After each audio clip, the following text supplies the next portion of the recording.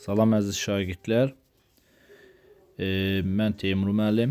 Bu günlərim sizə güvənin keçirdiyi sınaq 7-nin 9-cu siniflər üçün düşmüş riyaziyyat suallarının izahını verəcəm və əlavə olaraq qısa məlumat verim. Güvən sınaqları bildiyiniz kimi hər ay buraxılış və ya blok sınaqları keçirilir və ümumi olaraq güvən sınaqlarında iştirak etmək üçün biletin əldə edilməsi və güvən sınaqları haqqında məlumat almaq üçün Qəbələ şəhərindən yerləşən ekspert təhsil mərkəzinə əlaqə saxlaya bilərsiniz və əlaqə nömrəsi də bunlar təşkil edir 055 548 55 99 və 070 548 55 99. Bu nömrələrlə əlaqə saxlayaraq hər ay keçirilən güvən sınaqları haqqında məlumatı və güvən sınaqlarında iştirak etmək üçün bilet əldə edə bilərsiniz. Əlavə olaraq da ekspert təhsil mərkəzinin əlavə özünün bilik yarışı adı altında olan hər ayın sonları sınaq imtahanı keçirilir. Keçək sualların izahına. Deməli, birinci sualda bizdən nə istəyir? Mənfi 3 kök altına 5 ifadəsinin vuruğu kök işarəsi altına salın. Biz mənfi 3 kök altına 5 ifadəsinin vuruğunu kökün işarəsinin altına salmaq üçün ilk növbədə bilməliyik ki, bu mənfi 3 kök altında 5 ifadəsi mənfi 3 kənarda qalar, 3 kökün altına girər. Hər hansı bir A kök altında B ifadəsində A-nı kökün altına salırıqsa, burada olan kvadrat kök olduğu üçün A-nı kvadrata yüksəldib kökün altına salmalıyıq. A-nın işarəsi sıfırdan böyükdürsə, yox, A-nın işarəsi sıfırdan kiçik olduqda A öz mənfisin kənarda, yəni kökün kənarında buraxır, özü yenə A kvadrat B kimi kökün altına daxil olur. Kökün dərəcəsinə baxmaq lazımdır. Burada da mənfi 3 kök altında 5 olduğuna görə, mənfi 3 kök altında 5 olduğuna görə, məsələn, mənfi 3 kök altında 5 və bu mənfini kənarda buraxır. 3'ü kvadrata yüksəlt 9, 9'u 5'ə vururuq 45. Cavab oldu mənfi kök altında 45 B variantı. İkinci sualda kör bucağın daxilindən çəkilən şüva bu kör bucağı 5-2 nisbətində bölür. Alınan bucaqların fərqi 54 olarsa kör bucağı tapın. Kör bucağın daxilindən çəkilən şüva. Məsələn, bir dənə biz kör bucaq götürək. Daxilindən hər hansı bir şüva keçiririk və bu şüvanı 2K və 5K 2 hissəyə ayırır. Alınan bucaqların fərqi 54 dərəcədir. Yəni 5K çıx 2K bərabərdir 54 dərəcə. 3K bərabərdir 54 dərəcə. K bərabərdir 54'ü 3'ə bölsək 18 dərəcə. K-nı tapdıq 18 dərəcə. Kör bucağı tapınca K 18 isə deməli bu bucaq olur 36, bu bucaq olur 90 və nəticədə 90 üstə gəl 36 bizə verir 126 dərəcəni. Cavab olur B variantı. 59'da bərabər tərəfli üçbucağın orta xəttinin bu üçbucaqdan ayırdığı dördbucaqlığın perimetri. Məsələn, bir dənə mən bərabər tərəfli üçbucaq çəksəm, məsələn, belə bir üçbucaq və bərabər tərəfli üçbucağın orta xətti, orta xətt çəkək, məsələn, belə bir orta xətt çəkək.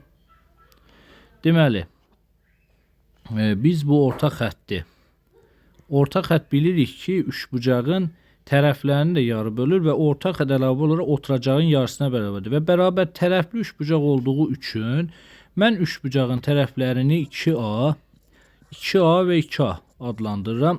Səbəb orada kəsr hissə qalmasın deyə və orta xətt oturacağın yarısına bərabərdir. Əlavə olaraq da dördbucaqlığın perimetri. Məsələn, adlandırsaq ABC üçbucağı, buranın da adlandırsa MN. Buradan məlum məsələn PAMNC 60 santimetr və onda oturacaq olur. 2 adısı oturacaq, orta xəttin uzunluğu olur A. Buranı da A və A hissələrinə bölür və ümumi olaraq mən bu dördbucaqlının, yəni əslində mənə dediyi Bu dördbucaqlının perimetri 60 santimetrdir və dördbucaqlının perimetrini istifadə edərək A üstə gəl, A üstə gəl, A üstə gəl 2A bərabərdir 60. Deməli 5A bərabərdir 60-a, A bərabərdir 12. A-nı 12 taparıq. Bu üçbucağın tərəfini taplayır. Bir tərəfi 2A olduğu üçün 2 vur 12 bərabərdir 24 santimetr cavab olur D variantı. Keçək 60-cı suala. A və B qarşılıqlı sadə ədədlərdir. 24A bərabərdir 42B.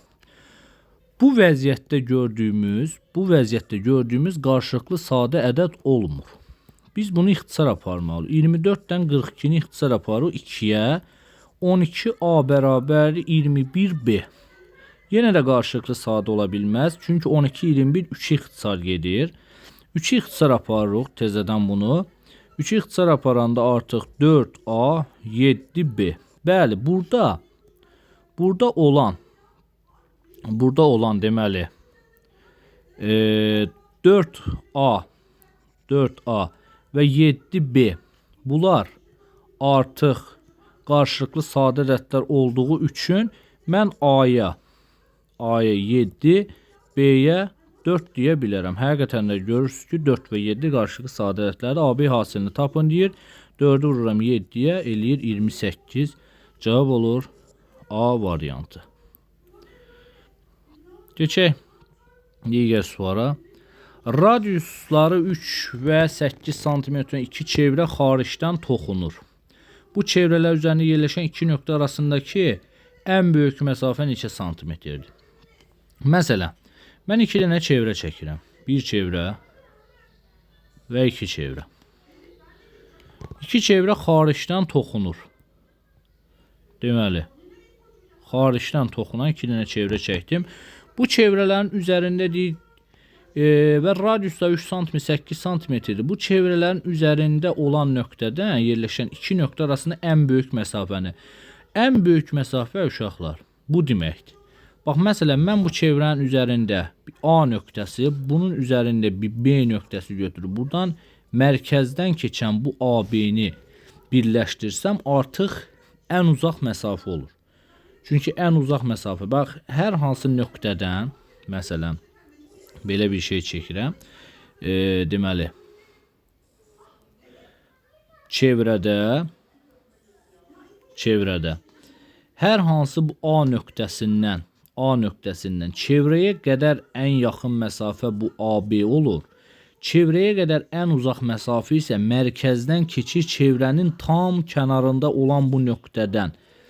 Bu nöqtə AM artıq, burada AM ən uzaq məsafə, AB isə ən yaxın məsafədir. Ən yaxın məsafə, yəni dərs izahı kimi testlərin izahını verirəm ki, bir də təkrar olsun da sınaqların, yəni məqsədi sizin mövzunu təkrar eləməkdir. Yəni suala cavab tapmaq məqsədi ilə izah vermirəm burada.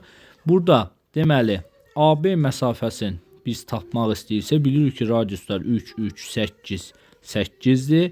Və onda AB məsafəsi 6 üstə gəlinsin, 16 bərabərdir 22. Ən uzaq məsafə olur 22. A-dan B-yə kimi məsafə. 62-də. Aşağıdakı ədədlərdən hansını hesabı kvadrat kökü rasional ədəddir? Yəni hesabı kvadrat kökü o deməkdir ki, kökün altına sal. Məsələn, kökün altında 10'da 5 rasional ola bilməz. Kökün altında 10'da 4 rasional deyil. Kökün altında dövrdə 3, 9'da 3 rasional deyil. Kökün altında 10'da 2 rasional deyil. Amma kökün altında dövrdə 1 o deməkdir ki 9'da 1'dir. Burada 3'də 1 kök çıxar və rasional ədəddir. Ona görə cavab oldu E variantı. 63'də. Buna aid bizim kursda dinləyicilərimizə çox demişik bunları. Burada x kvadrat çıx 15 ifadəsi veribsə və normal vəziyyətdə məsələn sən x kvadrat çıxılsın y kvadrat ifadəsini x çıxılsın a, y üstə gəlsin a ifadəsi kimi aça bilirdik. Məsələn, əgər bunu belə vermiş olsaydı mənə, tutalım ki x kvadrat çıx 9, bu necə olardı? X kvadrat çıx 3'ün kvadratı olardı belə. X çıx 3, x üstəgəl 3. Bu formada vermədiyi üçün 15 və 15 nəyin kvadratı? 15 kök altında 15'in kvadratı kimi baxmaq olar buna. Onda bu olar x çıxılsın kök altında 15, x üstəgəl kök altında 15. Cavabımız olur E variantı. Belə. Geçdik 64-cü suala. A, B, C, D, Y, F. C, D, Y-yə və çoxluqların elementlərinin neçəsi diaqramda rənglənmiş hissəyə aiddir. Biraz yaxınlaşdıraq, buna tam dəqiq bir məlumat veririm. Rəngi də dəyişək, biraz seçilsin. Aha. Deməli. A, B, C, D, Y, F. A'dan C'nin kəsişməsi haradır? A'dan C'nin kəsişməsi hamısıdır. Görürsünüz ki, C, D, E hamısı zaten A'nın içərisindədir. Amma A'dan B'nin kəsişməsi, A'dan B'nin kəsişdiyi elementlər haradır? Bu hissə A'dan B'nin kəsişdiyi elementlərdir. Bu hissə və əlavə olaraq B'dən C'nin kəsişdiyi haradır? B'dən C'nin kəsişdiyi hissə. B'dən C'nin kəsişdiyi hissəyə baxaq, çünki buranı çıxıb bizdən. Deməli, B'dən C'nin kəsişdiyi haradır? Baxaq görək. Hansılar olur? D, E və D, E, C yoxdur, başqası yoxdur. Bəli, bax B'dən C kəsişib D-dən E-də. D, E. C'nin öz çoxluğunda C'si qalır. Və əlavə olaraq A'dan B harda kəsişir? A'dan B kəsişir D, E, sonra F'i yazıram bura. Sonra başqa hansı var? A, B, C, D, Y, F. Başqa var mı? Yoxdur ortaq element. F kəsişir. Başqa nə qaldı? Çoxlu elementin neçəsi diaqramda rənglənmiş hissəyə aiddir. Başqa hansı hissə qalır? F qalır. A'dan B'nin başqa kəsişdiyi hissə yoxdur. A'dan C'nin kəsişdiyi hissə məlum məsələdir, göz qabağındadır. B'dən C'nin kəsişdiyi hissəni göstərdim. Mən B'dən C kəsişib D, Y'də, D'dən Y'də görürsünüz bunu. A'dan B'də kəsişib, deməli, harda kəsişir A'dan B? A'dan B kəsişir D'də, E'də, D, E, F, başqa G, H, I, başqası yoxdur, F. Deməli, mən nəticədə qara hissəni görürəm ki, burada F var, bir də C var. 2 dənə element çıxır ortalığa. Neçəsi diaqramda rənglənmiş hissəyə aiddir? 2 dənəsi. Sonra davam edək. Deməli, 65-ci suala keçək. 65-ci sualda A nöqtəsindən çevrəyə çəkilən kəsən, bir dənə çevrə şəkli çəkək və A nöqtəsi qeyd edək. A nöqtəsindən çevrəyə çəkilən kəsən B və C nöqtələrində kəsir. Bir dənə çevrəyə kəsən çəkək və B və C nöqtələrində kəsir. Sonra AB 16, bura 16, BC 20 santimetr olarsa A nöqtəsindən bu çevrəyə çəkilən toxunanın uzunluğunu tapın. Məsələn, AK toxuna. Biz düsturu bilirdik. Düsturumuz necə idi bizim? Əgər A nöqtəsindən çevrəyə bir dənə toxunan, bir dənə də kəsən çəkilibsə, A nöqtəsindən, deməli, belə deyim, A nöqtəsindən bir toxunan, bir dənə də kəsən çəkilibsə, AB, CD-dirsə əgər, AB kvadrat bərabərdir, AC vurulsun AD, ümumi uzunluq. Yəni AC vurulsun AD-yə, AB kvadrat bərabərdir. Bu xəssədən istifadə edərək biz artıq rahatçılıqla çevrənin bu sualının cavabını tapa bilərik. Yəni AK kvadrat bərabər olacaq 16 vurulsun 16'nın üstünə 20 gəlirsən, olur AK kvadrat bərabərdir 16 vur 36, bu da elədir 4 vur 6 cavab elədi 24. 24 olur. Cavab olur B variantı. Keçək 66-cı suala. İti bucaqlı bərabər yanlı üçbucağın. Deməli, iti bucaqlı bərabər yanlı üçbucağın yan tərəflərinə çəkilən hündürlüklər arasındakı iti bucaq. Bir dənə üçbucaq çəkək. Deməli, belə bir üçbucaqdır. Bu üçbucağı belə bir üçbucaqdır. Neyse, bir dəqiqə. İti bucaqlı üçbucaq, sonra bizə nə deyir? İti bucaqlı bərabər yanlı üçbucaq bu tərəfə bərabərdir. Üçbucağın yan tərəflərinə çəkilən hündürlükləri arasındakı yan tərəflərinə bir hündürlük belə çəkək və bir hündürlük də bu formada çəkək. Biraz səliqəli çəkək heç olmasa. Hündürlüklər çəkilib, hündürlüklər arasındakı iti bucaq alfa olarsa, bu bucaq uşaqlar, bu bucaq alfa olarsa, təpədəki xarici bucağı alfa ilə ifadə etməndən bu beta bucağını alfa ilə ifadə etməyimi istəyir. Bərabər yanlı üçbucaqdırsa, bərabər yanlı üçbucaqda biz bilirik ki, oturacağa bitişik bucaqlar bir-birinə bərabərdir. Məsələn, bura betadırsa, burada beta olur. Deməli, biz burada başqa nə bilirik? Əgər biz bu bucağı alfa yazmışıqsa, deməli, buradakı bucaq olar, 180 dərəcə çıxılsın alfa. Mən bu bucağı tapsam, artıq beta bucağını tapa bilərəm. Bura bir fi bucağı qoyuram və buradakı 4 bucağı əsasən mən fi bucağını tapa bilərəm. Fi bucağı üstə gəlinsin 90, üstə gəl 90, üstə gəl 180 çıxılsın alfa bərabərdir 360 dərəcəyə. Olur fi üstə gəlinsin 360 dərəcə çıxılsın alfa bərabərdir 360 dərəcəyə. Buradan nə qaldı burada? 180 çıxılsın alfa. 90, 90, 180 çıx. Bəli, 360'lar gedər. Fi olar alfa. Və biz buradan gördük ki, fi bucağı da elə alfa bucağına bərabərdir. Fi bucağı da alfa bucağına bərabərdirsə artıq beta bucağı 180 çıxılsın fi bucağı. Ona görə beta bucağı 180 çıxılsın elə alfa bucağına bərabərdir. Cavab olur A variantı.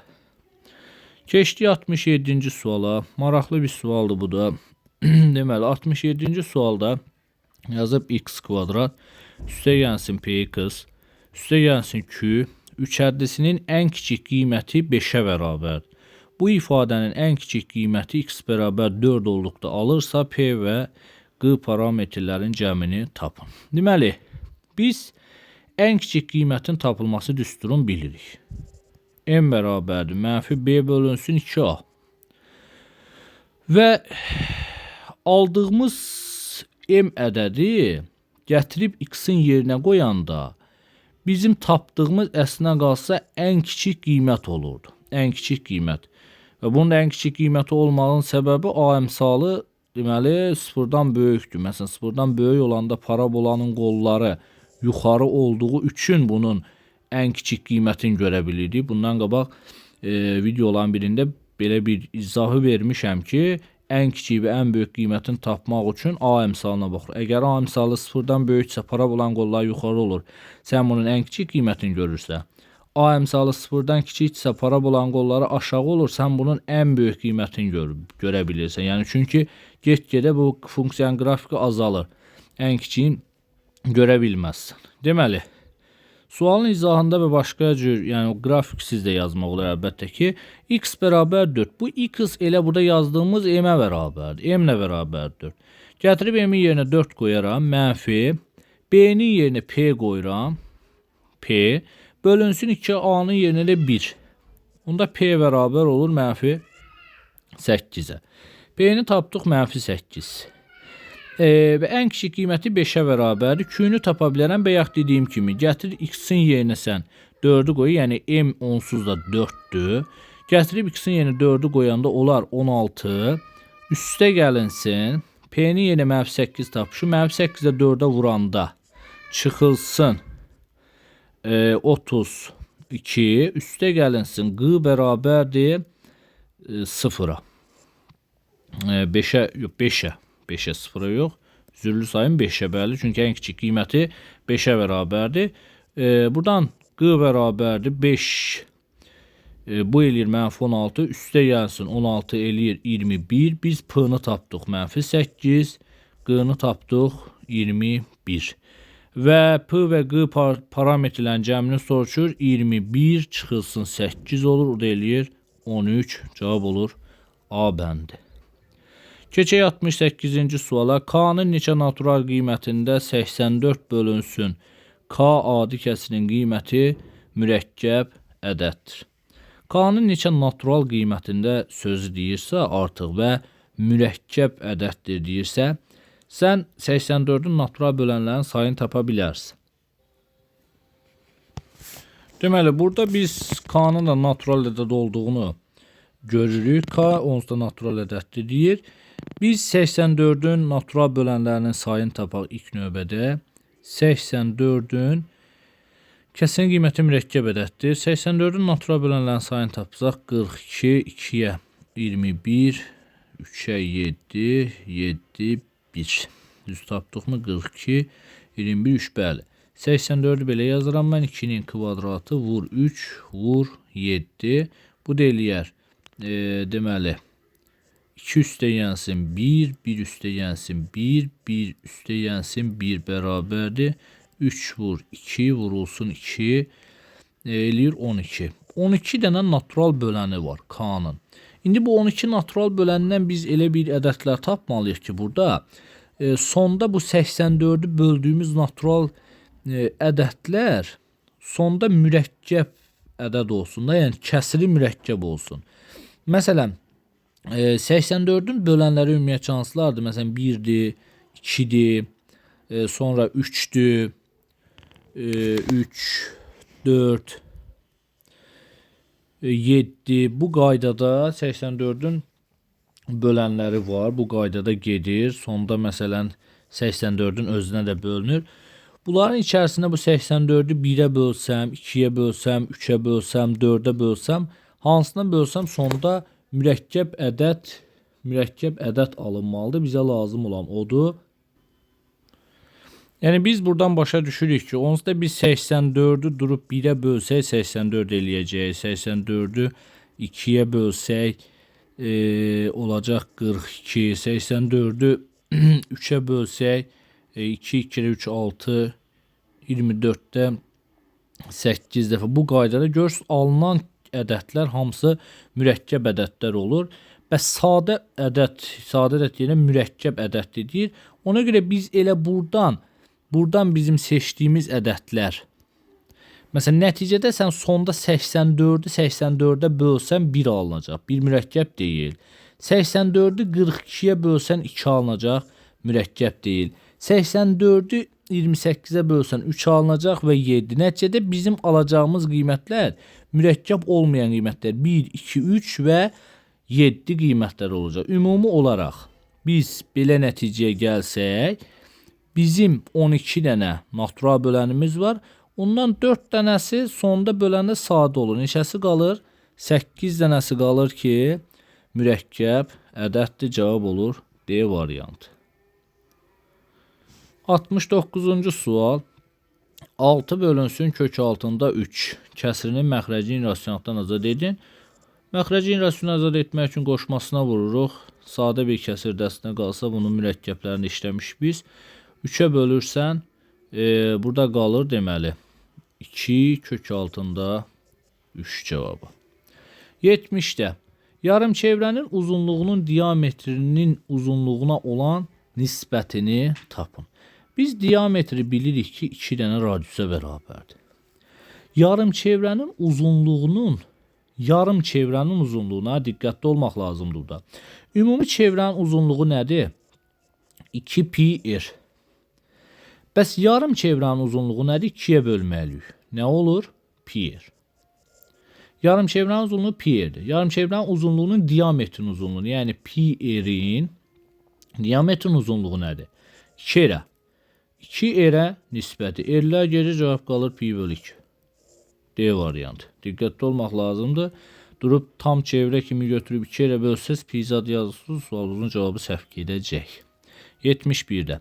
ABC bərabəryanlı üçbucağında AB BC-yə bərabərdir. Bərabəryanlı üçbucaqdırsa oturacağa bitişik bucaqlar biri-birinə bərabərdir. AD AC-yə bərabərdir. AD AC-yə bərabər. Diqqətli olun ha. AD AC-yə bərabər. Deməli, buradan belə çıxır ki, bura betadırsa, bu hissə də betadır. Ümumi alfa idi, amma bu hissə beta olur artıq.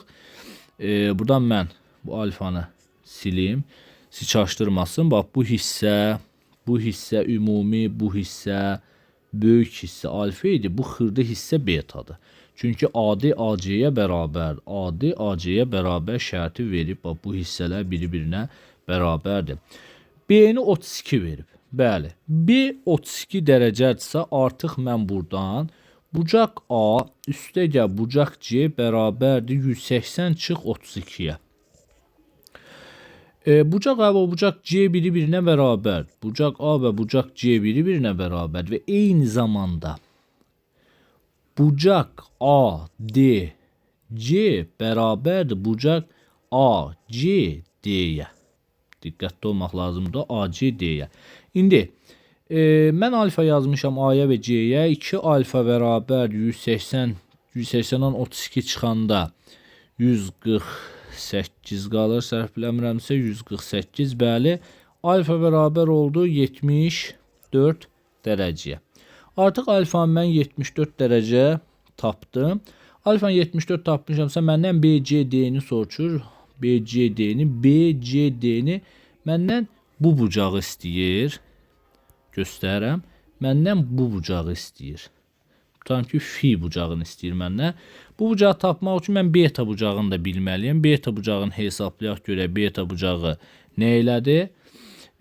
Alfa 74-dürsə 2 beta bərabər 180 çıx 74-də. Beta da bərabər deməli 182 bölsək 90 çıxılsın 74-ü 2-yə bölsək 37. 2 7 14, 2 3 6 7, bəli. 90-dan da 37 çıxsaq 53 dərəcə olar. 53-dür. Betanı tapdıq 53 dərəcə. Alfanı 74 tapmışdıq. Mən durub alfandan betanı çıxsam, mənə o fi bucağını verər. 53-ü çıxsam.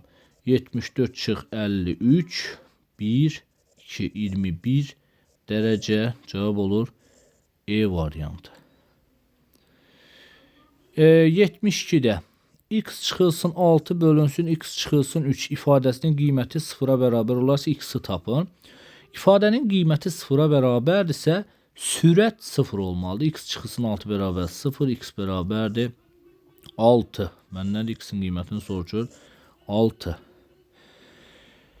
Asan suallar, yəni açıq suallar belə asandan başlayırsa fikirləşirəm ki, sona kimi də asan gedər. Baxaq görək nə deyir başqa.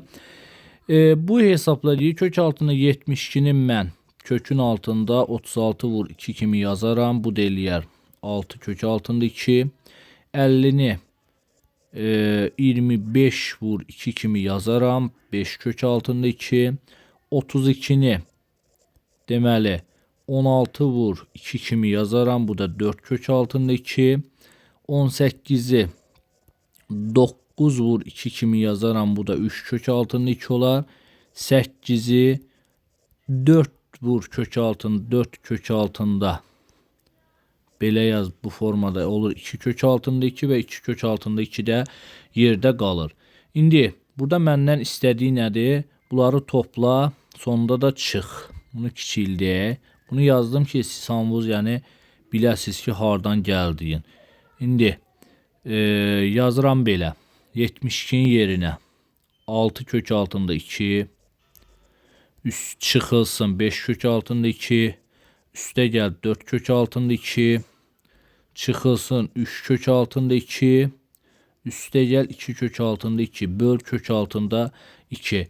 Buradan mən kök altında 2 ümumi mörtəzə xaricini çıxarsam da olar və yaxud da hesablayaq. Altdan 5 çıxanda 1, 1-in üstünə 4 gələndə 5 5'dən 3 çıxanda 2, 2-nin 2 yəni 4. Elədi 4 kök altında 2 böl kök altında 2, bu da elədi 4 cavabımız oldu. 4 bir də hesablayaq. Altdan 5 1, üstünə 4 5. 5'dən 3 2, 4 bəli 4 kök altında 2, 2 kök altında 2'ye böləndə oldu 4. Keçək 74'ə. Satıcı malın alış qiymətinin 20% qədər malın daşınması üçün xərcləmişdir. Satıcı bu malı alış qiymətinə 80% baha satarsa, neçə faiz gəlir əldə edər? Mən həmişə deyirəm ki, bu faiz məsələlərin bir qiymət qoy, onunla həll elə. Satıcı malın alış qiyməti. Sən fikirləş, sənin 100 dənə malın var və satırsan 10 manata. Daha doğrusu 10 manata satmayaq.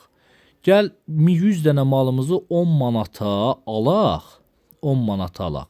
Yəni biz bu mala nə qədər vermişik? 1000 manat.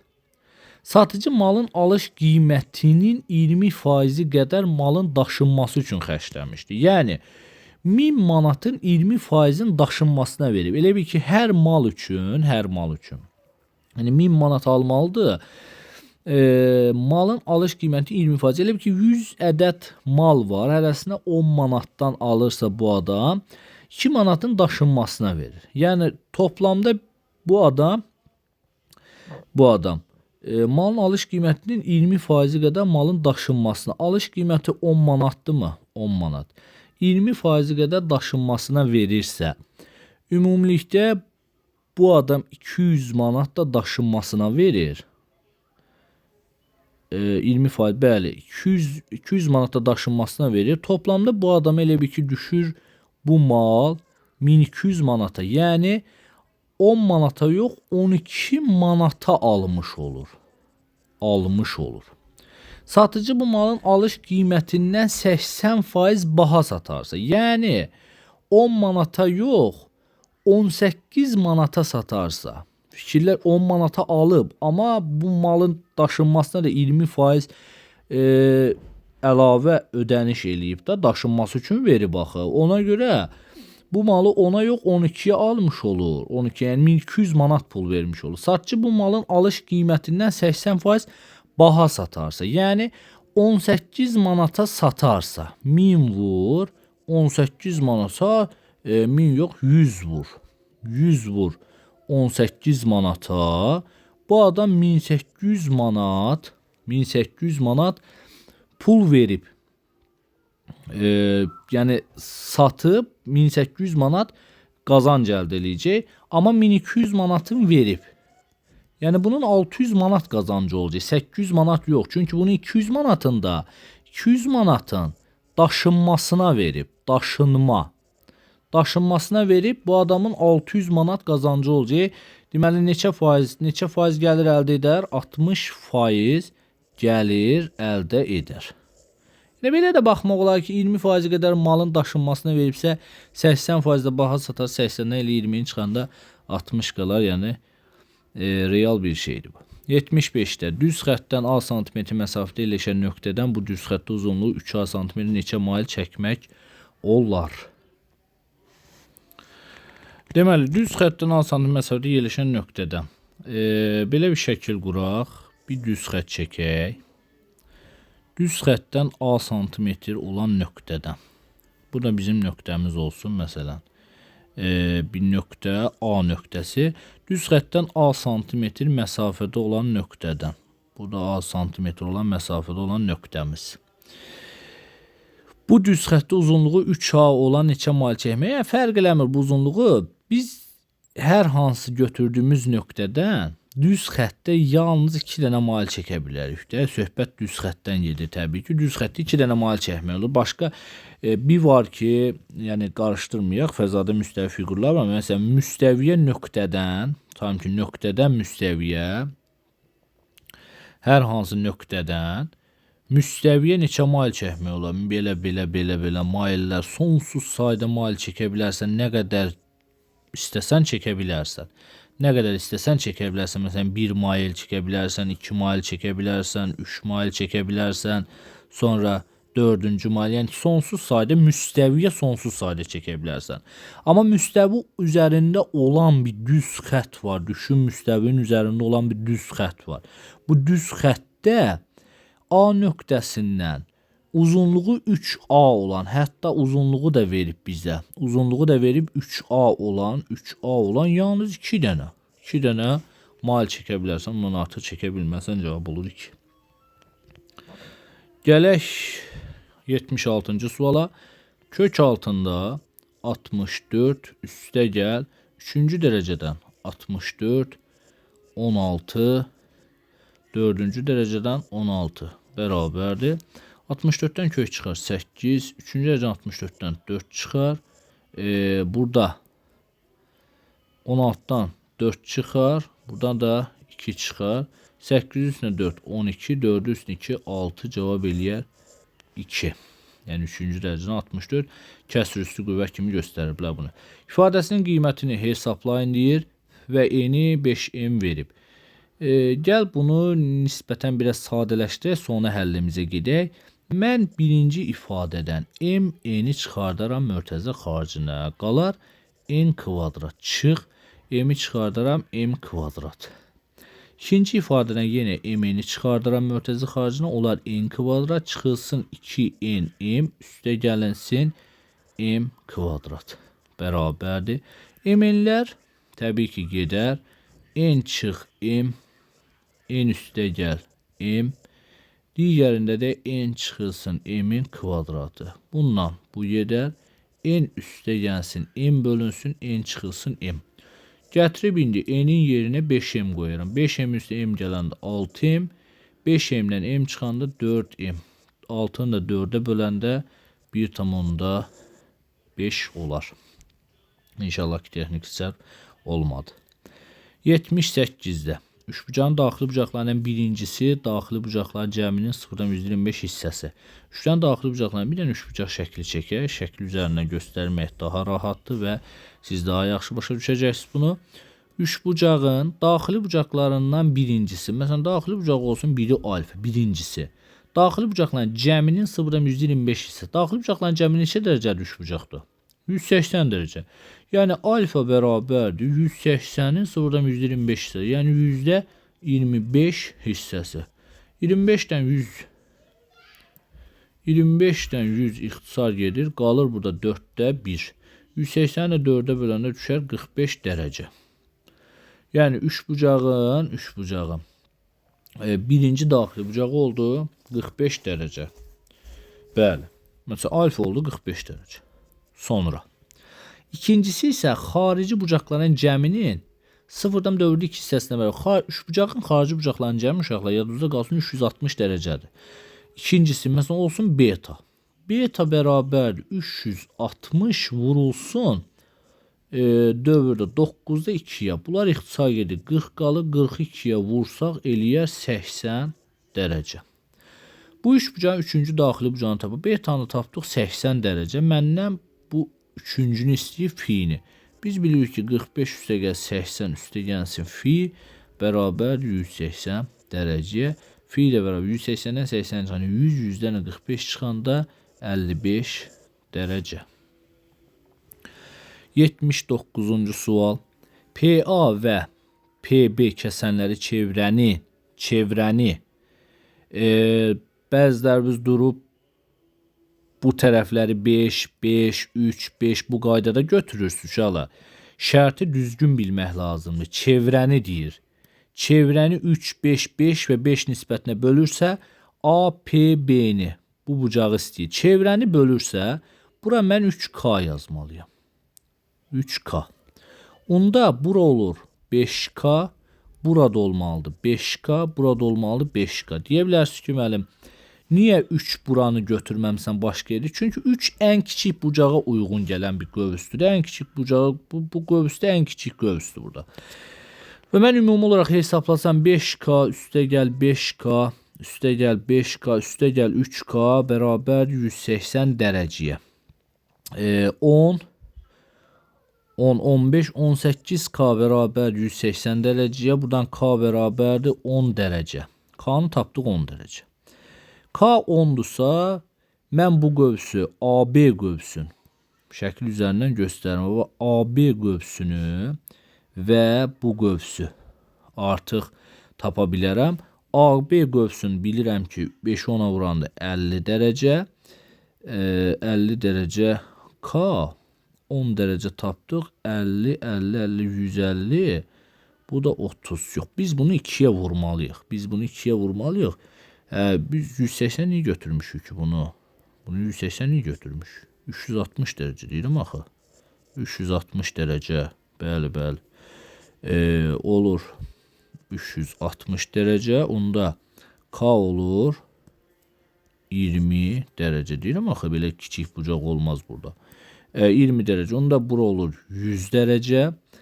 100 dərəcə. Bura olur 60 dərəcə. Və mən bu alfa bucağını tapmaq istəyirəmsə, bilirdik ki AB qövsü çıxılsın. Tutam ki bura bir CD yazsam. CD qövsü bölünsün 2-yə. 100 çıx 60 böl 2-yə 40 eləyir 20 dərəcə. Gəldik 80-ci suala. A ədədi B ədədinin 44% böyükdür. A ədədi B ədədindən 44% böyükdür. Ona görə biz yaza bilərik ki B ədədi 100%-dir. A ədədi 144%-dir. Mən buradan tapa bilərəm ki A ədədi bərabərdir. A ədədi bərabərdir. Ya da belə yazaq da bunu elə başdan. 144B bərabərdir 100A-ya. A bərabərdir 1,44B-yə.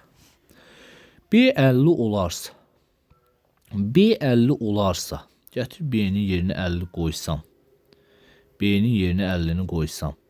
Yəni 1,100-də belə yazıram 144. B-nin yerinə 50-ni qoyuram. Vururam. Burada qalır 2. Bu da elədi 72. A oldu 72. B oldu 50.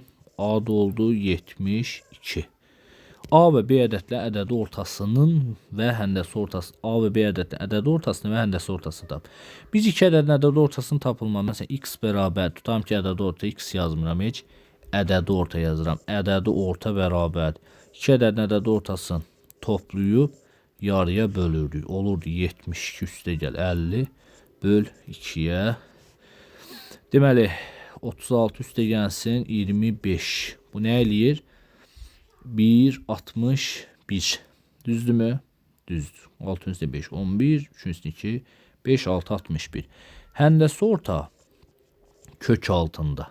Kök altında A vur B-yə. 2 ədəd olduğu üçün ikinci dərəcədən kök. 3 ədəd olsaydı üçüncü dərəcədən kök olmuş olardı.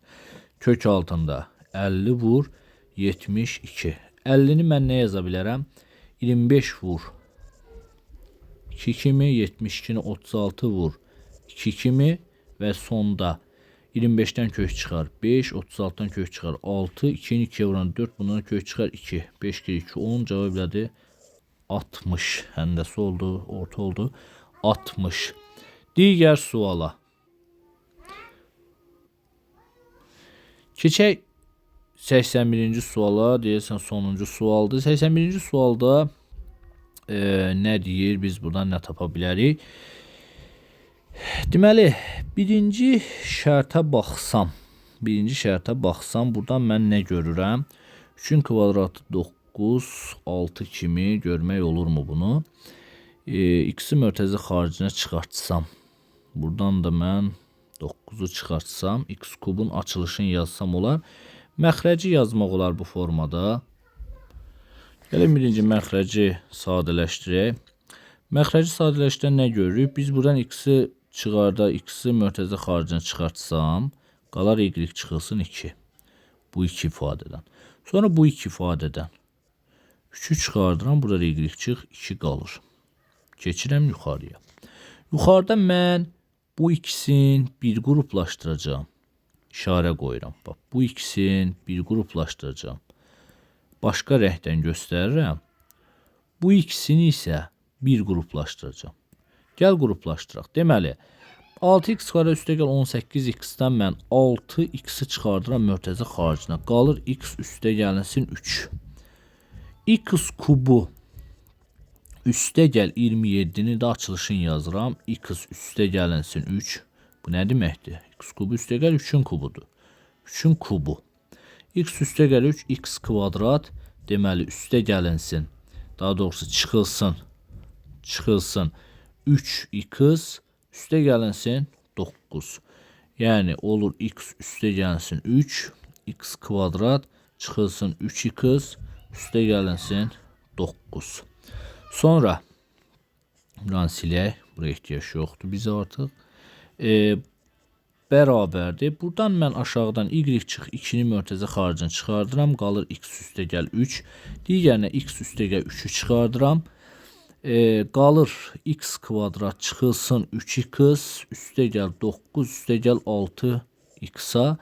X üstə gəl 3-lər getdi. Qaldı y çıxılsın 2. Yuxarıda isə qalır x kvadrat, üstə gəlsin 3x, üstə gəlinsin 9 və ifadəmiz oldu bu formada. Bu belə. Yəni sadələşdirdik, biz də sadələşdirdik. Ümumi sınağa nəzər yetirəndə o dərəcədə çətin sınaq deyildi, amma əlbəttə ki 9-un buraxılışı üçün normal sınaq idi. Demək olar ki, yəni buraxılışın tam 70-80%-ni əhatə edən bir suallar var idi. Ortalama olaraq yaxşı demək olar. Sağ olun uşaqlar, təşəkkür edirəm.